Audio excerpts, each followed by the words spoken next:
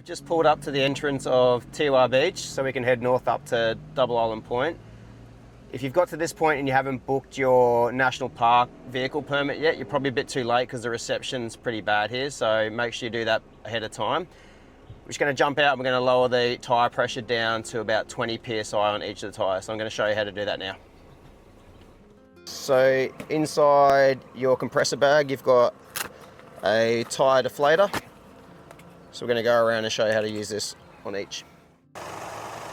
So this is your tyre deflator. You're going to take your little cap off. Start by screwing this one onto your valve. Once you've got it screwed on nice and tight, push in. You're going to unscrew the pin. So you get right to the end. So that's out now. Pull that out, and then when we slide this back, you'll see your pressure will drop. And then you check your pressure. You can pop it back on, and you can see we're down, just dropped a couple of PSI. And you can also have someone in the cab reading the tyre pressures off the digital display as well if you want. Right on 20 there. So now to take it off, you're going to push your pin in. You need to screw that valve all the way back in. This is the most important part of deflating your tyres because this holds your little valve pin in there. And if you lose that, you're in big trouble. Once that's all the way in, unscrew and then move on to your next one. Right, so we're just about to access the beach. We shouldn't need it in 4 low today, so I'm just going to put it in cross-country expert mode. So I'm going to hold this button down here for 3 seconds. It's in cross-country expert mode now, and we're good to go. And the main thing, when you're first coming onto the beach, it's all about keeping momentum. So when we get into the soft sand, you can see there's some soft sand over here. So the sand is going to be a little bit soft today. It's been pretty warm, so it's pretty dry. If you get up to the start of the track and it looks like it's too soft, there's too much sand, then you can always stop and put it into 4 low.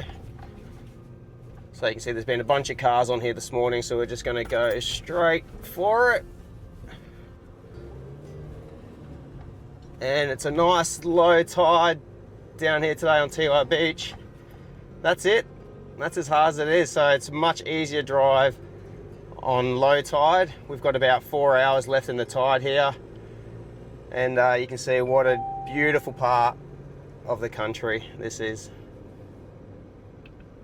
So when you drive along the beach, it's normal road rules apply. So you can see we've got a car coming up ahead. He's going to move over to his left side. I'm going to stay to my left side.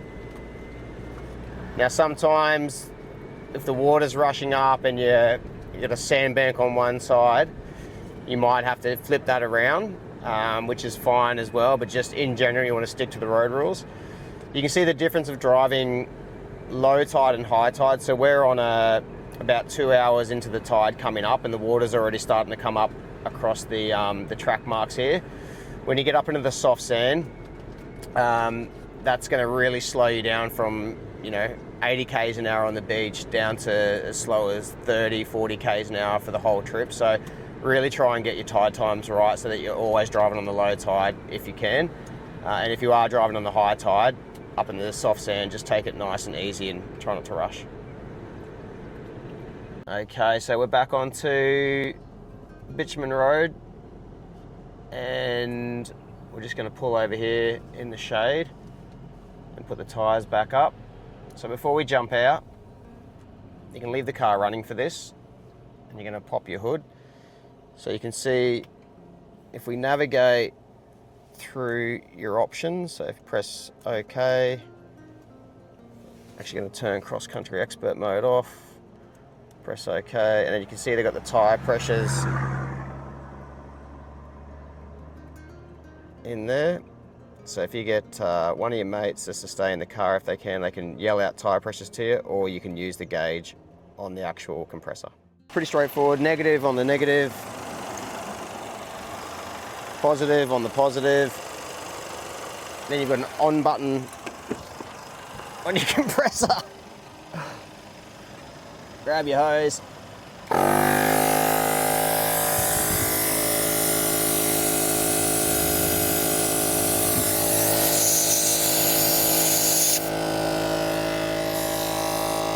then just keep an eye on your pressure gauge there. We'll have someone in the car yelling out numbers to you. That's it.